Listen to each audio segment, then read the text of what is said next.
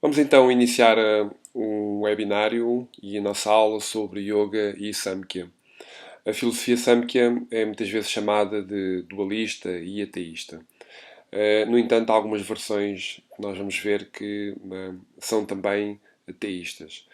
Nós vamos começar por ver então alguns dos tópicos do Samkhya. Esta aula foca essencialmente os principais temas do Samkhya.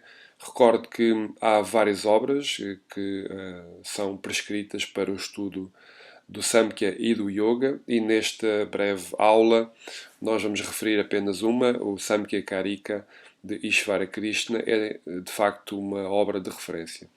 Vamos também falar sobre o Samkhya de Kapila na tradição do Yoga clássico, o pensamento de Patanjali, nomeadamente os Yoga Sutras, e a influência do Samkhya. Portanto, falando destas correntes teístas e ateístas, Seshvaravada e Nirishvaravada. Vamos também falar sobre os dois princípios estruturantes desta filosofia da dualidade cósmica, Samkhya. Estes dois princípios que são Prakriti e Purusha, dança do espírito com a natureza. E depois também falar sobre os 5 elementos no Yoga e no Ayurveda. Esta filosofia, então, Samkhya é chamada dualista e ateísta, e há então versões do Samkhya, como por exemplo no Bhagavad Gita e no Bhagavad Purana, que são teístas. Há outras versões, como no texto de Ayurveda de Charaka Samhita e no Svetasvatara Upanishads. A palavra Samkhya é composta por Sam, que significa correto, próprio ou discriminativo, e a palavra Kya, que significa conhecimento. O Samkhya encoraja então os seus adeptos a efetuarem uma análise discriminativa da criação, portanto da realidade, e assim realizar a natureza do si mesmo transcendental, a verdadeira natureza. Só através desse pensamento inquisitivo é que é possível diferenciar entre aquilo que é manifesto, Vyakta, e o que é imanifesto, ou imanifestado, Avyakta. Kapila Muni foi então o fundador deste Darshana. Ou seja, a palavra Darshana significa visão, pode significar ponto de vista, é portanto um sistema filosófico da Índia. Há 6 sistemas filosóficos principais, ou ortodoxos, que aceitam a autoridade dos Vedas, e depois há também sistemas filosóficos que não aceitam a autoridade dos Vedas e se opõem ao Veda, nomeadamente o budismo, o jainismo, o sikhismo, entre outros. Portanto, o Samkhya é conhecido por filosofia dualista porque postula duas realidades que são eternas. É o Purusha e a Prakriti. Portanto, o Purusha é a consciência testemunha e a Prakriti a causa raiz da criação. Se costuma designar por Mula Prakriti. E esta Prakriti é composta pelos três gunas, peço desculpa. Estes 3 gunas nós vamos ver à frente que são Rajas, Sattva e Tamas, e são os constituintes de toda a matéria. A Prakriti podemos dizer que é o útero da criação. Purusha é a consciência, o espírito, aquele que usufrui, e o Samkhya dá-nos uma descrição exaustiva destes 3 gunas, todo o material da criação. Tudo o que existe no mundo é, no fundo, caracterizado por 3 propriedades: o prazer, o sofrimento, a indiferença. O mesmo objeto pode criar reações diferentes em pessoas diferentes. Os instrumentos internos, designados por Buddhi ou intelecto, que são compostos por Buddhi ou intelecto, Ahamkara, o ego, Manas ou função pensamento, são chamados de Antakarana. Estes 3 componentes internos são responsáveis por processos cognitivos: a percepção direta, a inferência lógica e o testemunho. Portanto, a mente é uma criação da Prakriti. A percepção direta é, no fundo, a experiência dos sentidos, a experiência que nós temos da realidade, dos objetos, dos outros, através da nossa experiência direta, dos órgãos sensoriais. A inferência lógica, e estamos aqui a falar do sistema de epistemologia do Samkhya, cada sistema, cada darshana tem em si um subsistema de epistemologia e de ontologia. Mas digamos que a inferência lógica é, no fundo, através de duas premissas, subsumir um resultado. Por exemplo, onde há fumo, então há fogo. Já estou aqui a fazer uma inferência e todas as pessoas normalmente acreditam que onde há fumo, muito provavelmente depois, se é que já não está a existir, há também o fogo. E o testemunho. Também depois no texto vemos que há condições que são fundamentais, são importantes para que se considere um testemunho fidedigno. Portanto, a mente é então uma criação da Prakriti. O Samkhya e o Yoga, na verdade, são os dois parte do mesmo sistema. O primeiro é metafísico e o segundo é teor mais prático, o sadhana. A causa de todo o sofrimento é, no fundo, a superimposição, Samyoga, do Purusha, a consciência pura na matéria, na prakriti, ou prakriti, que está constantemente a mudar. Isto traz aos seres ignorância, ou seja, avidya. No fundo, é a ignorância sobre a verdadeira realidade. Este dualismo ou Dvaitavada, que o Samkhya defende, tem no fundo a ver que o Purusha tem conhecimento, ele em si é conhecimento, mas não tem a capacidade de agir.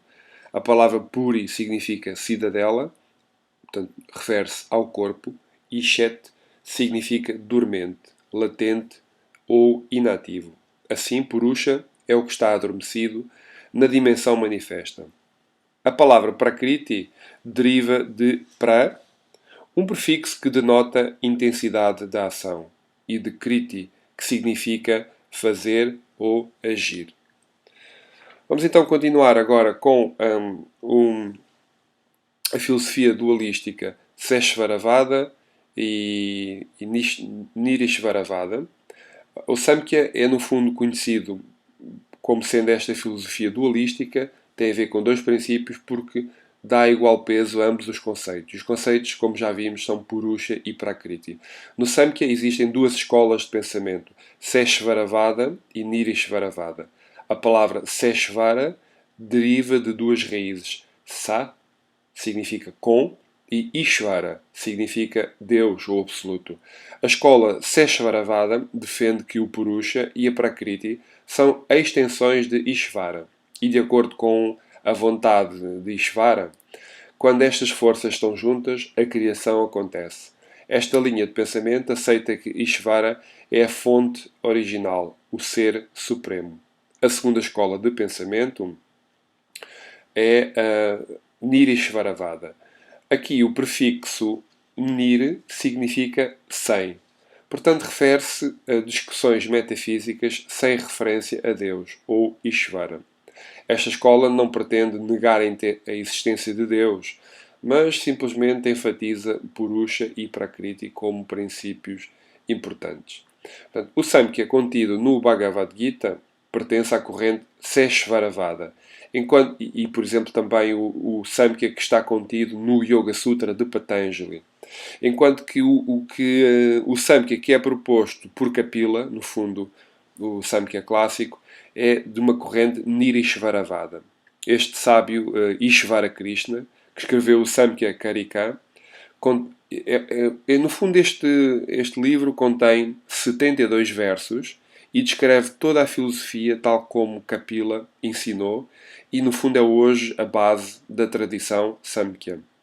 Portanto, só para concluir este slide, dizer que há de facto uma grande discussão ainda nos dias de hoje sobre se o Samkhya é uma filosofia ateísta ou não. Bom, a minha opinião é a seguinte: pelo facto de não falar em Deus ou no Absoluto, portanto estamos a falar da corrente Nirishvaravada, não significa que contradiga ou contraponha. É um pouco como no budismo. Também não se fala em Deus. As pessoas dizem que o budismo não é uma religião, que não tem o conceito de Deus, mas na verdade Buda simplesmente abstraiu-se das discussões metafísicas em torno da palavra Deus. Aqui no Samkhya parece-me que a ideia é muito semelhante. Kapila não entrou em discussões metafísicas, simplesmente não falou sobre Ishvara. Continuando então com a teoria da causalidade, a teoria da causa e efeito, é conhecida como Karyakarnavada, e a palavra Karya significa efeito e a palavra Karana significa causa. O Samkhya defende então que uma possibilidade já existe antes da manifestação da causa. Causa e efeito andam de mãos dadas. Primeiro existe a causa, depois o efeito e, em terceiro lugar, os mecanismos ou processos que permitem a manifestação do efeito derivado da causa, conhecido como Nimitta Karana. Vamos continuar com a Prakriti. A Prakriti, no fundo, o que nós pretendemos aqui é que saber é que toda a criação é uma sucessão de efeitos. Estes efeitos são subtis e densos. Uma escola diz que o Purusha é a causa, enquanto que outra nos diz que o Purusha não pode ser a causa das coisas, porque no fundo o Purusha é livre de todas as causas e efeitos. Ora, se o Purusha é consciência estática, conhecimento puro não manifesto, então outra coisa qualquer deverá ser a causa primeira da criação, ou seja, Mula Pradana. Portanto, a Prakriti será a primeira causa da criação e é definida como subtil e não verdadeiramente consciente. Ambas as manifestações, subtis e densas, nos planos diversos da existência, são derivados dos atributos da Prakriti. A Prakriti é, assim, a mãe de todas as causas e contém todos os seus efeitos. De forma a entender os atributos da Prakriti, o Samkhya dá-lhe nomes, aspectos e qualidades. A palavra Prakriti, então, contém Kriti, que significa ação. Portanto, a Prakriti contém a ação em potência. É a base de toda a manifestação. No entanto, ela própria é sem causa. A Prakriti é Pradana, ou seja, a causa principal das coisas. Todos os efeitos da manifestação dependem da Prakriti. No entanto, a Prakriti é independente de todos os efeitos. A Prakriti é também Brahma. Prakriti evolui de uma massa inerte, estática, cósmica, no momento desse equilíbrio inicial da formação do cosmos, para diferentes formas e objetos. Portanto, a Prakriti manifesta-se, cresce, evolui e depois está sempre em transformação na natureza. Ela é a própria natureza, ela é tudo aquilo que é visível. A Prakriti é conhecida como Avyakta, ou Mula Prakriti, e manifesta, onde todas as causas e efeitos existem em estado latente. Quando as causas estão adormecidas, os potenciais efeitos também estão latentes. A Prakriti é também conhecida como Anumana, significa inferência, porque a sua natureza não pode ser conhecida ou percebida diretamente. Não existe conhecimento direto da Prakriti, mas pode-se especular com base inferencial. Portanto, nós temos aqui também a inferência lógica como sendo uma das ferramentas cognitivas utilizadas pela filosofia Samkhya. Os efeitos da Prakriti são subtis e, ao mesmo tempo, densos, grosseiros. A Prakriti é Jada, material, menos consciência, ou seja, existe a possibilidade da criação densa. A Prakriti é Maya, porque delimita, vai velar, vai cerrar, limita ou define a área em que se manifesta, cresce e sofre mudanças. A Prakriti é também conhecida como Shakti, por causa do seu movimento incessante e contínuo. A Prakriti é também Avidya, ou ignorância, em oposição ao Purusha, que é, no fundo, consciência pura. Todos os estados de evolução são devidos a Prakriti: mineral, vegetal, animal, humano e supra-humano. A Prakriti é também Svatantra, é o princípio independente. A Prakriti não depende de nada para existir. A Prakriti é Akarana, sem causa. A Prakriti é a raiz de todas as causas, mas não tem causa em si mesmo, nem é o efeito de uma causa. A Prakriti é Avyayava, parcial, porquanto todas as manifestações são partes e não o todo. A Prakriti é uma. No entanto, os objetos são muitos. A Prakriti é infinita, enquanto os objetos são finitos. A Prakriti é adrishya, imperceptível, porque é subtil na sua natureza, a qual é imanifesta e não pode ser compreendida. A Prakriti é nirvayaktika, impessoal, porque não tem inteligência nem vontade. A Prakriti é Sashvata, eterna, pois está muito para além do tempo e do espaço. A Prakriti é permanente porque é a causa de todas as causas. A Prakriti é Trigunatmika, formada pelos três gunas, isto é, Sattva, Rajas e Tamas. Os três gunas não são partes ou atributos da Prakriti, porém constituem a Prakriti como um todo. A Prakriti é constituída por estes três gunas no estado de equilíbrio. Portanto, passando agora aos três gunas, vocês têm aqui uma tabela, um quadro, digamos assim, que nos dá esta ideia de que então os três gunas são subtis e são imperceptíveis. O conhecimento deles pode ser obtido através da inferência lógica, portanto, anumana. O sattva dá origem a todos os sentimentos de prazer, rajas os da dor e sofrimento e tamas os da passividade ou indiferença. Interessante por causa, depois, com a comparação com a medicina ayurvédica, a medicina indiana ayurvédica também vai buscar estes conceitos e quando chegarmos aos 5 elementos, os 5 Mahabhutas, os grandes elementos, nós vamos ver que estes gunas entram também na composição dos biótipos do Ayurveda. O sattva tem a ver com iluminação, felicidade, atração, simboliza o conhecimento, é luminoso ou tem a capacidade de iluminar ou revelar objetos. Sattva é sabedoria, cognição de objetos, formas ou experiências. Dá prazer, felicidade, euforia e alegria a nível mental. Enquanto que o Rajas já causa ação, dinamismo e movimento. A natureza positiva de Rajas é a estimulação, a ativação e a motivação. Os seus efeitos negativos são o arrependimento, a preocupação, insatisfação, aversão, infelicidade. Por último, o tamas significa a inação ou passividade, ignorância. Opõe-se a rajas e a sattva. É uma barreira para atingir o conhecimento, não no sentido académico. Impotência, letargia, inatividade são outras características derivadas do guna tamas. Em todos os objetos manifestos existem os três gunas, ou então funcionam juntos. Eles têm peso nas coisas e na realidade. A Prakriti, enquanto manifestação única, ela é composta pelos três gunas em equilíbrio. No entanto, no mundo físico, os objetos nunca contêm igual parte dos três gunas. Estes não estão em equilíbrio. Num objeto ou numa experiência no mundo, um guna é predominante e os outros dois são secundários. Todos estes três gunas são contrários uns aos outros e por isso mesmo complementam-se. Os gunas estão continuamente em movimento. Bom, falando agora um pouco do Purusha. Purusha significa, no fundo, consciência pura, separada do princípio da Prakriti. Vamos ver então algumas diferenças entre a Prakriti e o Purusha, e são as seguintes. Portanto, o Purusha, ele é consciente. A Prakriti não tem consciência própria. O Purusha está para além dos três gunas. A Prakriti é composta pelos três gunas. O Purusha é aquele que conhece. A Prakriti é aquilo que é conhecido. O Purusha é inativo. A Prakriti é ativa, em constante movimento. O Purusha é livre de todas as causas e efeitos, enquanto que a Prakriti é a causa primeira. O Purusha é imutável.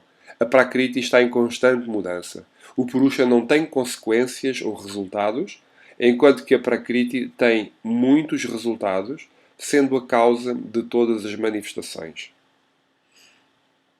Por falar em manifestações, vejamos então a teoria da manifestação. O que é que o Samkhya diz? Bom, de acordo com o Samkhya, com esta filosofia da dualidade cósmica, e nós vamos ver de seguida quais são estes 25 estágios da evolução.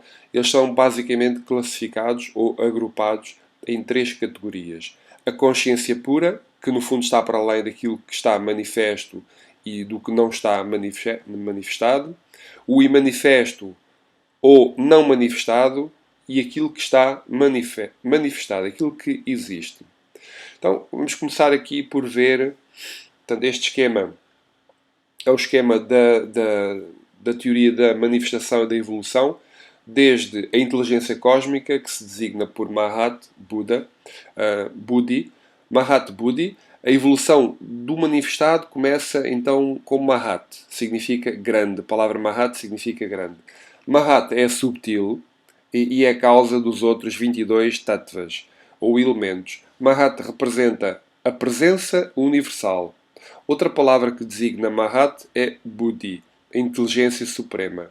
A inteligência suprema tem duas funções: decisão ou vontade e assertividade ou discernimento reflexivo. Mahat cria então a percepção no Purusha de que as atividades são guiadas pela Prakriti e ajuda o Purusha a manter a distinção de si próprio e da Prakriti. A consciência pura do Purusha reflete-se na Mahat.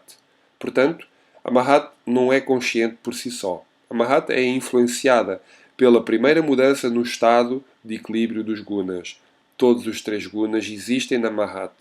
Quando Sattva é predominante, as qualidades que se manifestam são conhecimento, sabedoria, virtude, desapego, excelência. Quando Tamas predomina, as qualidades manifestadas são ignorância, vício, impotência, apego. Então temos a Ahamkara, ou o ego cósmico. A Ahamkara surge como uma modificação da Mahat. É o ego que se manifesta em frações, em unidades independentes do todo. O eu é uma realidade que não existe no si mesmo transcendental. A Ahamkara é um efeito de Buddhi. Quando a Ahamkara é sátvico, surge o conhecimento de si mesmo. Do ego sátvico nasce a mente, os 5 órgãos dos sentidos e os 5 órgãos da ação. Os tanmatras e os tattvas, ou elementos grosseiros, estão também ligados com os órgãos da ação e com os da percepção. Por exemplo, o órgão dos sentidos ligado com o elemento terra é o nariz. Ligado com a água surge a língua.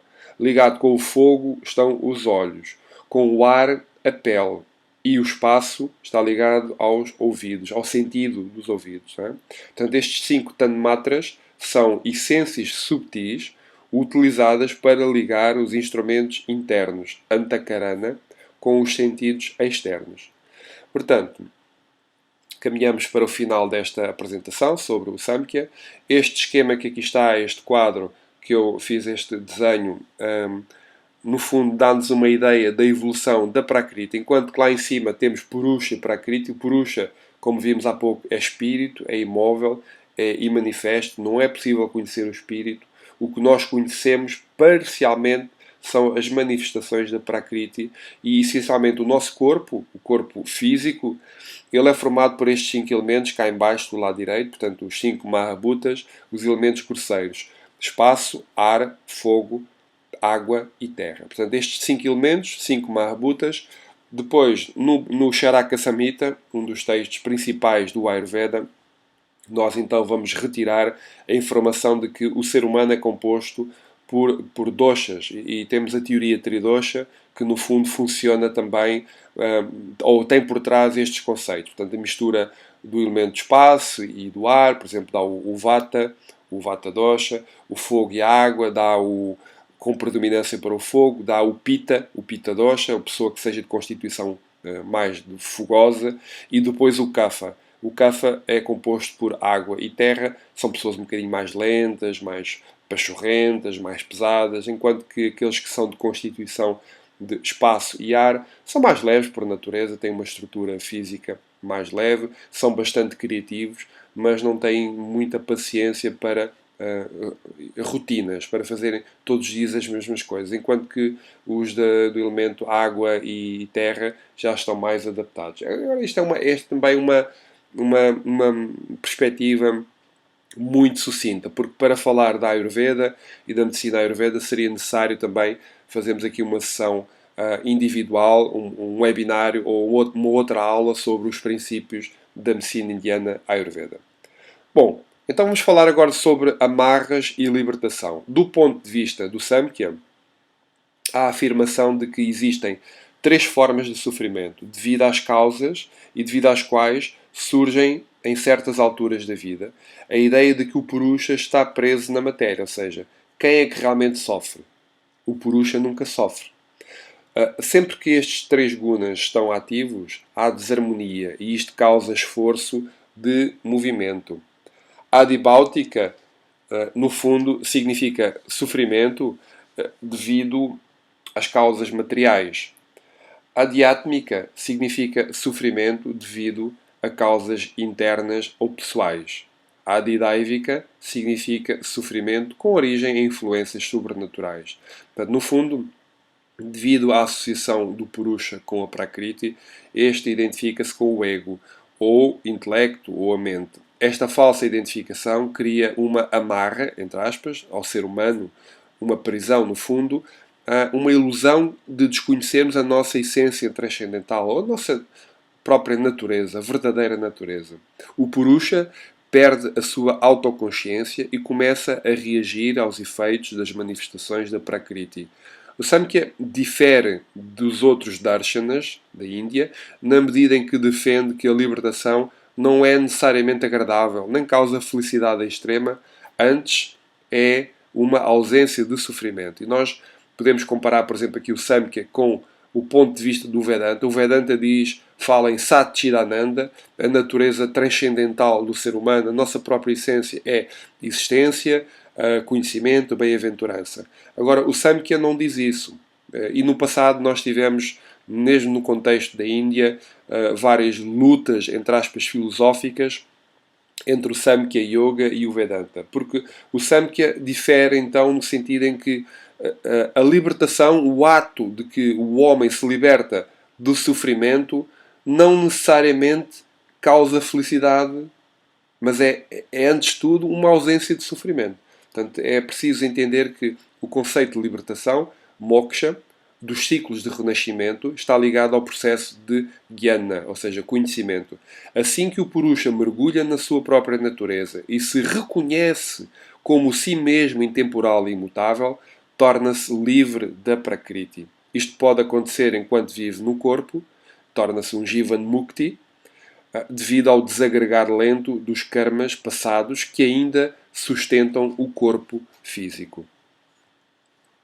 Bom, concluindo então esta aula sobre a filosofia Samkhya, ou digamos introdução à filosofia Samkhya, porque há vários livros, um deles que nós recomendamos, ou que eu pessoalmente recomendo o estudo, é o Samkhya Karika.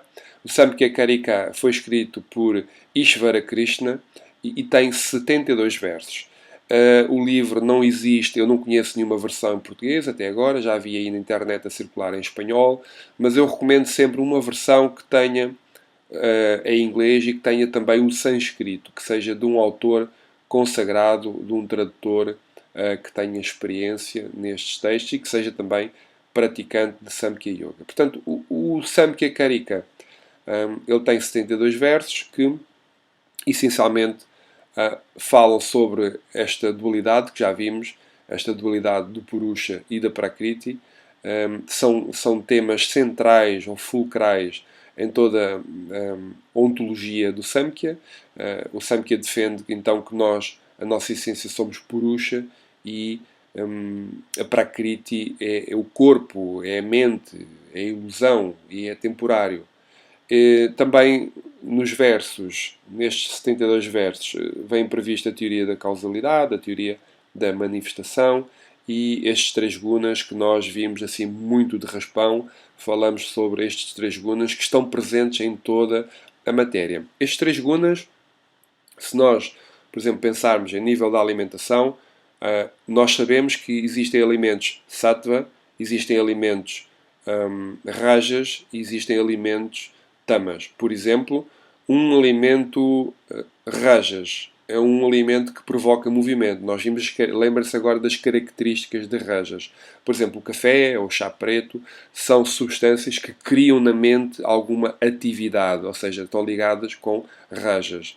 Enquanto, por exemplo, carnes ou produtos transformados, enlatados, já são produtos tamásicos, são produtos densos, não têm em si não são ricos, não têm uma natureza substantiva na alimentação do ser humano. Não são importantes, poderíamos viver sem eles. Os alimentos sáttvicos, mais puros, mais harmoniosos, se nós pensarmos bem, são aqueles que vêm da horta, essencialmente diretamente da horta, são cozinhados e comidos na hora. Não é? Portanto, a nível também da música clássica, nós podemos pensar que tipo de música será tamas, que tipo de música será mais rajas, por exemplo, o rock, não é? Seria uma música mais rajásica, e depois temos, por exemplo, a música clássica e outros tipos de música, New Age, que já seria uma música mais sátvica, ligada com o Guna Sattva.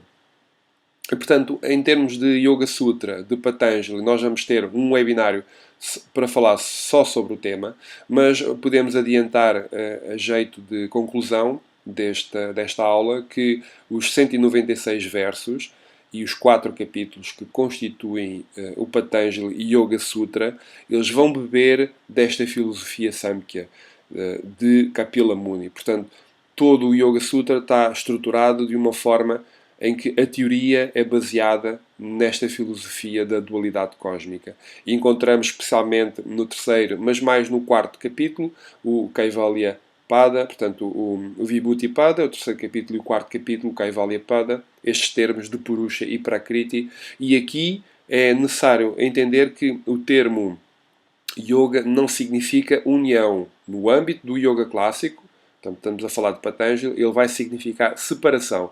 Precisamente separação de Purusha e de Prakriti. Purusha vê-se a si mesmo. O espírito ou o praticante, através de um estado estático, de um estado de libertação do sofrimento, vai se ver a si próprio. Portanto, entra em si mesmo. E essa é a experiência máxima do yoga. Kaivalya, ou a libertação da matéria. Namastê.